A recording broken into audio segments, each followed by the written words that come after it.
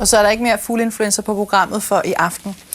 Mange taler om de forkælede og egoistiske unge, men i virkeligheden forholder det sig lige omvendt. Unge mellem 16 og 29 år, de bruger nemlig mere tid på frivilligt arbejde end alle andre aldersgrupper. Hej, hvad kan jeg hjælpe dig med? Effektiv betjening med hjertet på rette sted. Og det endda helt uden løn. I godt et år har 25-årige Anna Lundbak arbejdet frivilligt på Café Retro i Indre København. Dermed er hun med i en ny statistik, der viser, at unge mellem 16 og 29 år bruger flere timer på frivilligt arbejde end andre aldersgrupper. Og der skal sukker lige derovre, hvis du har brug for det. Med sin indsats på Café Retro hjælper Anna Lundbak syge og hjemløse i Indien. God aften og velkommen, Anna Lundbak. Tak skal du have. Du bruger altså 20-30 timer om måneden på at arbejde frivilligt, nogle gange endda flere timer og helt ulønnet. Hvorfor gør du det?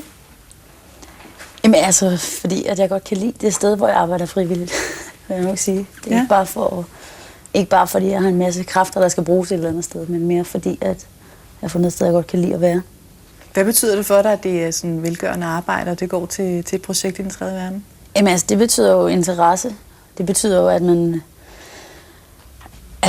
Eller betyder, det ved jeg ikke. Man har jo lyst til at give noget og at gøre en aktiv indsats i det sted, hvor jeg så er, i Café Retro. Man har lyst til at hjælpe til for at få større omsætning og gøre mere og mere for at sende penge til Indien. Ja. Det er faktisk et rigtig interessant sted, at det har kunne køre nu i et år. Altså en café, der kører med ulønnet arbejdskraft, og alt overskydende går altså til projektet der i Indien. Ja. Hvor stødte du selv på caféen? Hvor fik du ideen? Jeg havde en veninde, der arbejdede med, som havde været med fra start, eller kendte dem, der havde startet det osv. Og så var jeg bare nede forbi en dag.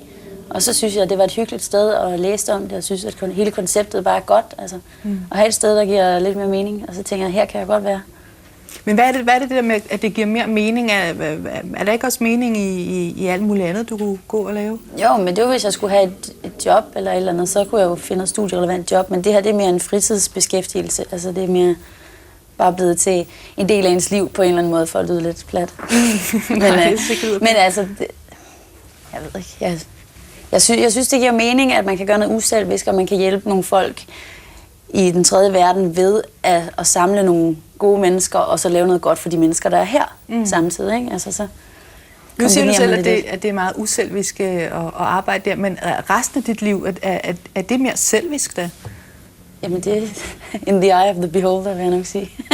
Ja. Selvfølgelig, det er jo, altså når jeg arbejder for at tjene penge, så det er jo ikke fordi jeg vil ikke kalde det selvisk, men det er jo stadigvæk, det er jo for mig, det er for mit liv, det kan fungere osv. Altså, det her, det har jo ikke noget med penge, det her, det har ikke noget at gøre med, hvad jeg får ud af det, sådan økonomisk eller noget som helst. Det er mere bare, at det gør mig glad, og det gør andre mennesker glade, og det hjælper nogle mennesker, der ikke har noget som helst. Altså.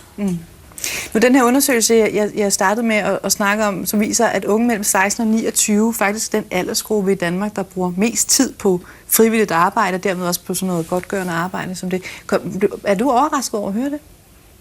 Ikke specielt. Altså, nede på Café Retro, der er, altså det er mest unge mennesker, der er der. Der er et par stykker, du ved, der lige er på. Men altså, det er mest unge mennesker, fordi at man kan godt lide at have sådan et tilhørsforhold, og det får man jo nede på Café Retro. Altså, der er unge mennesker fra hele landet, fra USA, fra Estland, fra Holland, altså mange steder. Folk, de kommer der og finder et eller andet, noget fælles, noget godt. Jeg har andre venner også, der arbejder frivilligt andre steder. Altså, jeg synes, det mere og mere hører man om det i hvert fald. Så kan det være, at det vil være slut med at kalde jer for nok-generationen.